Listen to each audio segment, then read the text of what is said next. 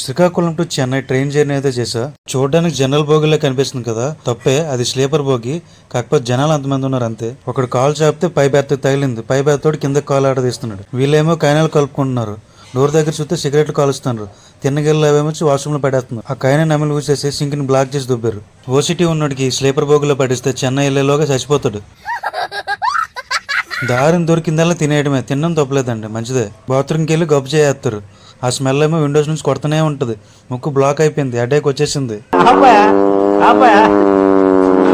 దాని పేరు నిశ్శబ్ద యుద్ధం. అందులో 70% మందికి సీట్లు లేవు. అందరూ ఫైన్ రాపించి ఎక్కించుకున్న వాళ్ళు, ఇంకొందరు వెయిటింగ్ లిస్ట్ వాళ్ళు. ఫైనల్లీ ఎలాగోలా చెన్నై చేరుకున్నా. అసలు టీటీసీ ఏం చేస్తున్నారు? ఎందుకని వాళ్ళు ఫైన్ రాపించుకుని నార్మల్ టికెట్ పైన స్లీపర్ క్లాస్కి అలౌ చేస్తున్నారు? టీటీసీ అండ్ రైల్వే సిస్టమ్ సమాధానం చెప్పే వరకు ఈ రీల్ని షేర్ చేయండి. మీరు కూడా ఇలాంటి జర్నీని ఎక్స్పీరియన్స్ చేస్తే కింద కామెంట్ చేయండి.